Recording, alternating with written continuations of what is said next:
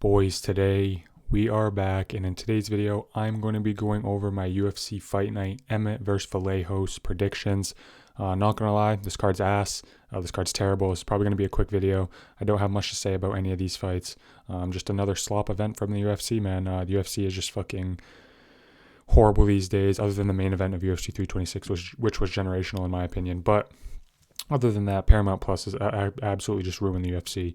Dana White doesn't care about his product, and these cards are dog shit. So, first fight of the night, Piero Rodriguez versus Sam Hughes. Give me Sam Hughes, bro. I'm not impressed by Piero Rodriguez at all. Sam Hughes is a decent little fighter. I think she went out and won. I think she's on a little bit of a win streak, if I can't lie. Don't know who she's beat, but I think Piero Rodriguez is a little overrated. So give me Sam Hughes as the underdog in that one. Moving on, Hector Sosa.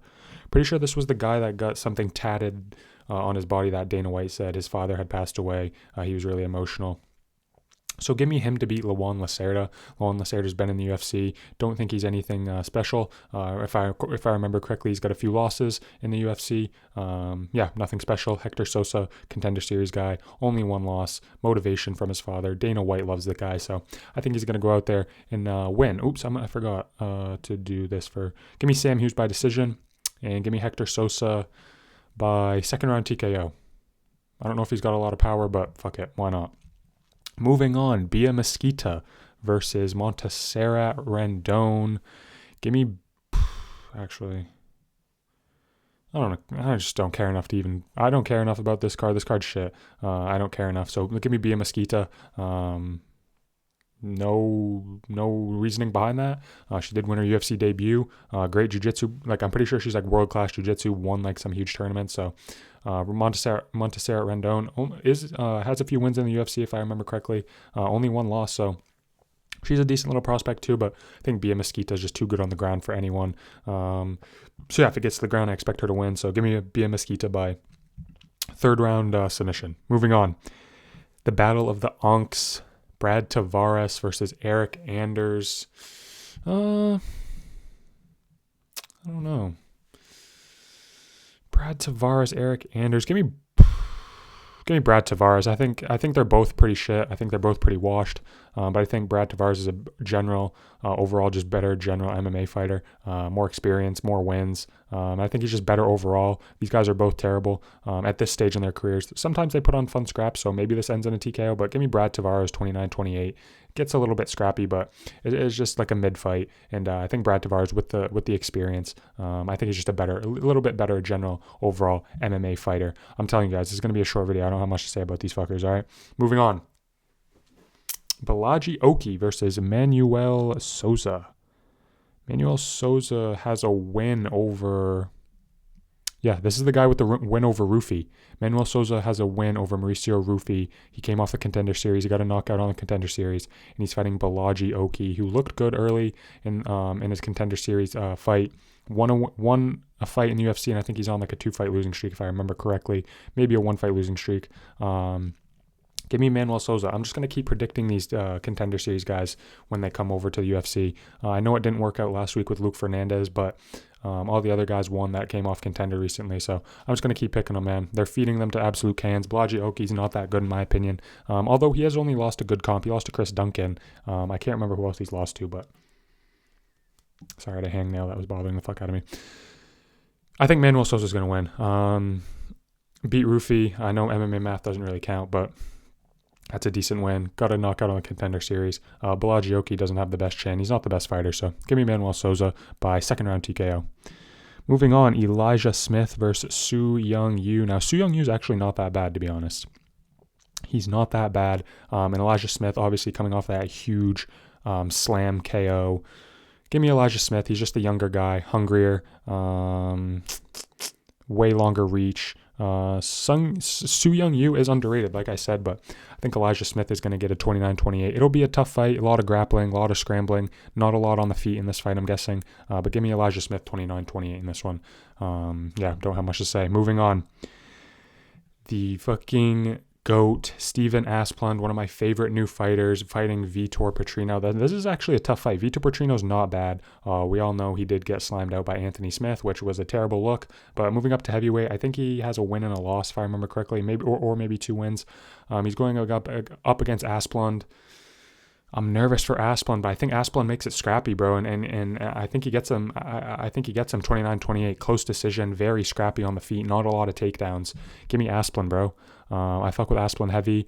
I fuck with his story. He is a little bit of a character. Like like you can tell he's like, he wants to be a better person than he's like portrayed or he is. You can just tell. But I fuck with Asplund heavy, bro. I fuck with Asplund heavy. He's one of my favorite fighters. Kind of inspiring story. And of course, that's what peak male physique looks like for Asplund. So give me Steven Asplund, 29-28, close decision, lots of blood, scrappy with Petrino. Or maybe he even gets him out of there in the third round. Who knows? But I fuck with Asplund in this one. Moving on, Chris Curtis versus Mike Tyke Oral Bly. This is a decent fight.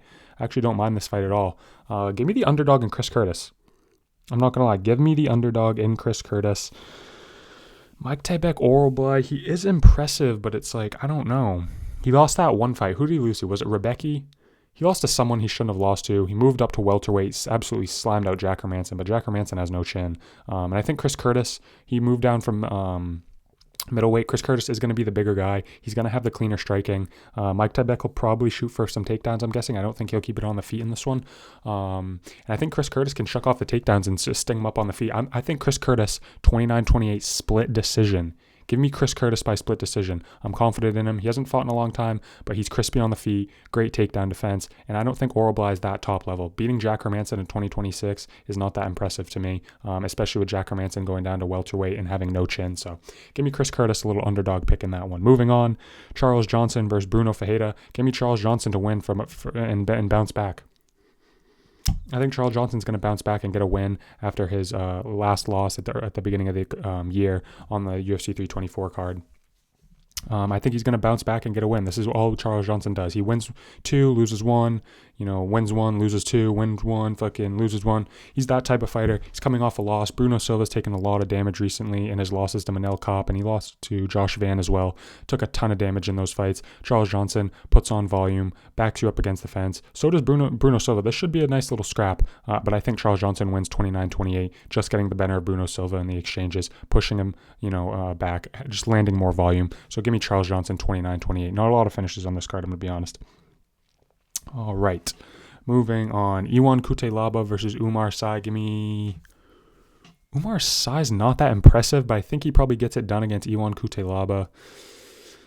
Yeah, give me Umar Sy. Give me Umar Sy 29-28 decision. I see a lot of decisions, a lot of close fights, close decisions. Kutelaba has looked better in his last few fights. I think he's on like a 2 or 3 fight win streak. I think it's 2 since moving up to light heavyweight.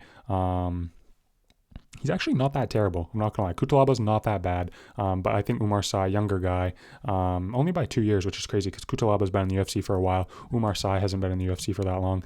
I'm not that impressed with Umar Sy, but I think he just gets it done. I don't think Kutelaba has it in him to win a 3-round fight, although he is on a 2-fight win streak, so I don't know what the fuck I'm saying. It's late. This card is so dog shit, bro. Give me Umar Sy. I have nothing else to say, bro. This fight's a guaranteed lock. Marwan Rahiki versus Harry Hardwick. Harry Hardwick can't fight. He's genuinely terrible at fighting. He's awful. Shouldn't be in the UFC. Fought Cowboy Fernandez, took like 3 leg kicks and then had to be stretchered out. Kid was too pussy to even walk, and he looks weird as fuck. I don't know what the fuck is wrong with him. No offense, he's probably a funny guy. I felt bad for him when he lost, but he's just not a fighter. He needs to go back to being in like Cage Warriors or some shit. He's not UFC level at all. Rahiki, if I remember, had a great fight on Contender, undefeated. He's gonna bully the fuck out of Harry Hardwick. It's gonna be a first round TKO easily. Harry Hardwick is going to go out cold. Rahiki will win in the first round. Harry Hardwick's just not built for the UFC. I'm sorry. He's just not. He's not top level. He's not high level. He's just not a good fighter. So give me Marwan Rahiki over Harry Hardwick. First round TKO easily. That's the lock of the card. Moving on. Jose Daniel Medina. Jose Delgado versus Andre Fili. This is going to be a banger. Fili always comes to scrap, but Jose Delgado's a great prospect. I thought he beat Nathaniel Wood. Before that, knocked out Hyder and Mill with a knee. This guy's dangerous, bro. He's going to be a problem.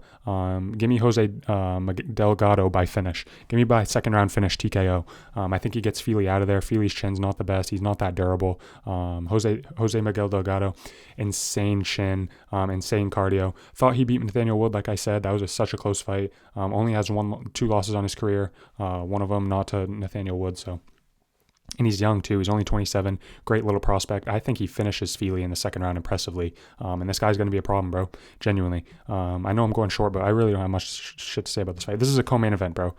Amanda Lemos, Jillian Robertson, co-main event in 2026.